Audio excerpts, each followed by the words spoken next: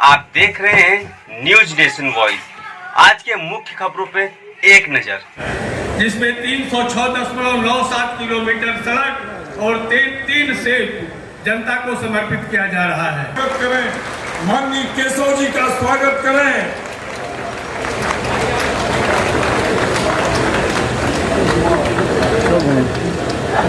उत्तर प्रदेश सरकार के deputy CM Keshav Prasad Maurya आज कुशीनगर जनपद से सड़क मार्ग होते हुए देवरिया जनपद के पथरदेवा कस्बे में पहुंचे, जहां उन्होंने कृषि मंत्री सूर्य प्रताप शाही के चाचा स्वर्गीय रविंद्र किशोर शाही की पुण्यतिथि में शामिल हुए।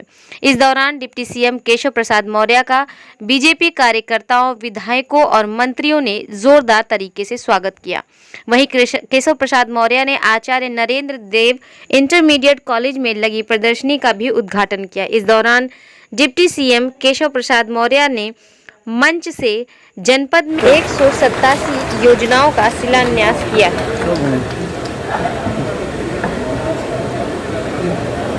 लंबाई हर प्रकार की सड़क मिलाकर के और लगभग 174 करोड़ रुपए की लागत से यह बनाने की शुरुआत होनी है, जो आपके अलग अलग क्षेत्रों में हमारे माननीय सांसद, माननीय विधायकगण, पार्टी के सभी वरिष्ठ नेतागण या आपके बीच में जाकर के आपके क्षेत्र में भी इस काम को करने का करेंगे कि आपकी जनता के सामने यह विषय आ सके। एक और मैं एक चर्चा कर दूं, जिसकी चर्चा आदरणीय शाही जी कर रहे थे। जो पिछली बार मैंने कहा था, जो हेतिमपुर महुआडीह मार्ग है, चौड़ीकरण सुदृढ़ीकरण का काम है, लगभग 35 करोड़ रुपए की लागत का है। वह सब अंतिम चरण में उसकी प्रक्रिया पूरी हो गई। हम जल्दी से जल्दी उसके भी शिलान्यास करने का काम बाद में करते रहेंगे, लेकिन उसकी तत्काल हम स्वीकृति जारी करवा करके उसका निर्माण का काम भी शुरू करवाने का काम करेंगे। यहाँ पर मैं आप सबके बीच कह के जा रहा हूं। और भी 2 सड़कें हैं, एक देवरिया बेलडाट मार्ग है और देवरिया पकड़ी मार्ग है। यह क्रमशः लगभग 58 करोड़ और 35 करोड़ की लागत का है। मैं इन सड़कों के भी प्रक्रिया लगभग हमने पूरी कर ली है और इनको भी जल्दी से जल्दी बना करके आप सबकी सेवा में प्रस्तुत करने का काम करेंगे। मेरे सभी यहाँ, चूंकि मैं आपको एक बात और कह दूं, सभी मेरे चाहे दोनों हमारे जो प्रदेश सरकार के वरिष्ठ मंत्री आदरणीय शाही जी, जिनके विधानसभा क्षेत्र में यहाँ किसान मेले से लेकर के सौगातों का मेला लगा हुआ, और चाहे माननीय हमारे डॉक्टर साहब जिनका संसदीय क्षेत्र है, इन दोनों हमारे मेरे बहुत वरिष्ठ हैं। इनके अतिरिक्त जो भी मंच पर हैं, आदरणीय गंगा सिंह जी हमारे बड़े बुजुर्ग हैं, मैं उनका हृदय सम्मान करता हूं। बाकी सब हमारे साथी मित्र हैं। उन सबके साथ हम सब लोग मिलकर के लगभग 4.5 साल से प्रदेश सरकार के माध्यम से काम कर रहे हैं और हमारा प्रयास है उत्तर प्रदेश का विकास अगर हमें करना है तो कमल खिलाना है। और आपने उत्तर प्रदेश का विकास और देश का विकास दोनों का बीड़ा अपने हाथों में उठाया। देश की बागडोर माननीय श्री नरेंद्र मोदी जी के हाथों में सौंपने का काम किया। अगर केंद्र में हमारी सरकार नहीं होती तो प्रदेश का ऐसा विकास हम नहीं कर पाते, और प्रदेश में अगर हमारी सरकार नहीं होती तो केंद्र में माननीय प्रधानमंत्री जी चाहते तो भी जो लाभ मेरे गरीबों को, मेरे मजदूरों को, मेरे किसानों को, मेरे नौजवानों को, मेरे बुजुर्गों को और जो मेरी माताएं बहनें बैठी हैं, इनके जीवन स्तर को ऊपर उठाने के लिए करना चाहिए, वो शायद हम लोग नहीं कर पाते। मंच से बोलते हुए केशव मौर्य ने विपक्षी दलों पर जमकर निशाना साधा और कहा कि विरोधियों ने कुछ का साथ और कुछ का ही विकास किया है। इसके अलावा बसपा, सपा और कांग्रेस ने मिलकर अपराधियों और माफियाओं का विकास किया है। मैं 2-3 बातों का उल्लेख करके, समय का थोड़ा अभाव है, लखनऊ में भी सम्मेलन है, उसके अंदर भी मुझे शामिल होना है। देखिए, भारतीय जनता पार्टी की जब सरकार होती है, आप स्वयं इसके साक्षी होंगे, तो तीव्र गति से विकास होता। और अगर सपा बसपा जैसे, कांग्रेस तो यहाँ अब है नहीं, लेकिन सपा बसपा जैसे दलों की अगर सरकार होती है तो भ्रष्टाचार होता है, जमीनों, मकानों, दुकानों पर कब्जा होता है, गुंडागर्दी होती है, माफियागिरी होती है। हम इस सब से मुक्त कराने की लड़ाई लड़ रहे हैं। और आप विश्वास रखना, 2014, 2017 और 2019 आप याद करिए, 2019 में तो सपा बसपा एक बार फिर मिल गए, लेकिन उनके मिल जाने के बाद भी आपने कमल खिलाया है। मैं आपको नमन करता हूं, आपको प्रणाम करता हूं। बता दिया है कि चाहे जितने सारे विरोधी एक साथ मिल जाओ, तब भी नरेंद्र मोदी जी के नेतृत्व में जो देश की सरकार बनाने का आपने संकल्प लिया और माननीय नरेंद्र मोदी जी के नेतृत्व में केंद्र सरकार है जो उत्तर प्रदेश का विकास करने का आपने संकल्प लिया। हमारा भी केवल विकास करना लक्ष्य नहीं है, हमारा यह विकास करने के साथ साथ जीवन स्तर को सुधारना भी लक्ष्य है। यहां हजारों किसान बैठे हुए, किसान मेला लगा हुआ है। जब सपा बसपा कांग्रेस की तिकड़ी की सरकारें होती थी, आप याद करिए, तमाम बड़े बुजुर्ग बैठे, मेरे पत्रकार मित्र भी यहां पर हैं।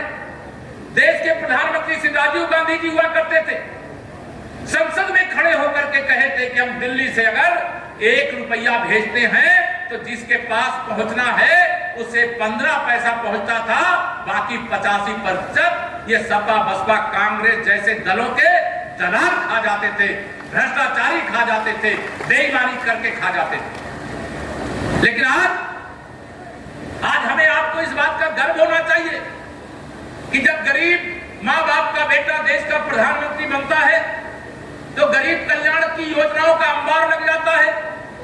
अगर एक गरीब परिवार में पैदा हुआ, मैं वो परिस्थितियों को जानता हूं, लेकिन आज गरीब आदमी भी छाती चौड़ी करके कह सकता है कि अगर गरीब होने के नाते हमने भारतीय जनता पार्टी का कमल खिलाया और माननीय नरेंद्र मोदी जी को देश का प्रधानमंत्री बनाया तो आज मेरा भी पक्का मकान बन रहा है।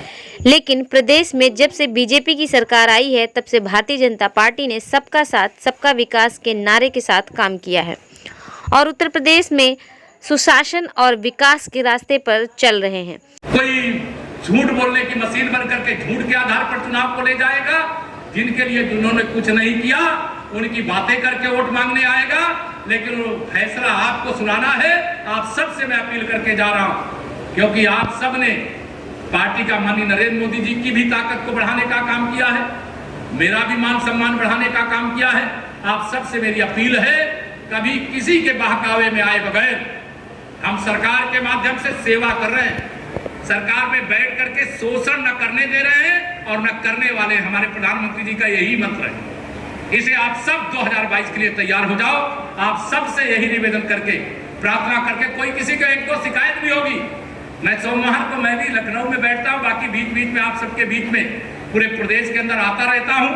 कभी कोई समस्या है, मेरे लायक आदरणीय शाही जी हमारे कैबिनेट के वरिष्ठ सहयोगी हैं, आदरणीय जयप्रकाश निषाद जी भी मंत्री परिषद के हमारे साथी हैं, 3 सांसद, माननीय सांसद यहाँ पर बैठे हैं, माननीय सब हमारे विधायकगण बैठे हैं, सभी पार्टी के वरिष्ठ नेतागण बैठे हैं। सब पर आपका अधिकार है, आपकी जो समस्या उनको भी बता सकते हो और कभी कोई जरूरत पड़े तो केशव प्रसाद का दरवाजा भी हर समय आपके लिए खुला हुआ है।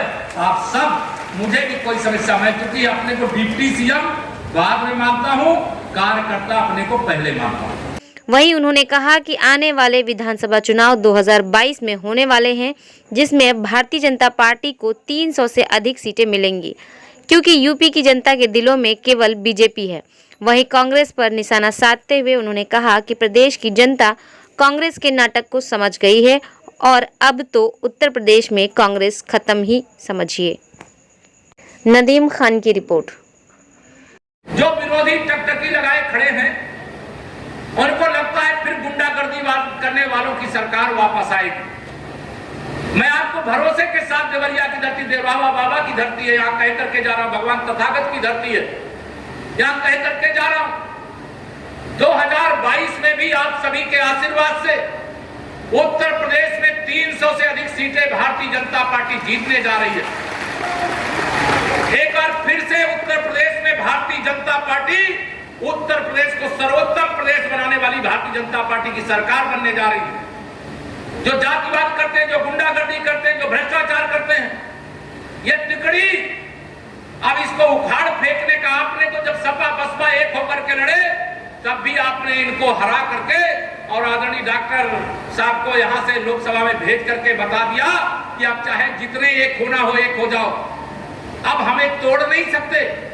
इसलिए मैं एक पूरे प्रदेश में नारा लगाता हूं, यहां पर भी नारा लगा रहा हूं। मेरा नारा रहता है कि उत्तर प्रदेश की जनता के मन में, चाहे वो किसी भी जाति बिरादरी का होगा, किसी विधानसभा क्षेत्र, किसी लोकसभा क्षेत्र का होगा, किसी जिले का होगा, लेकिन सबके मन में एक यह दृढ़ निश्चय है और उस निश्चय के भरोसा मैं आप सबके माध्यम से जो बोलता हूं, आपकी ताकत के बल पर बोलता हूं।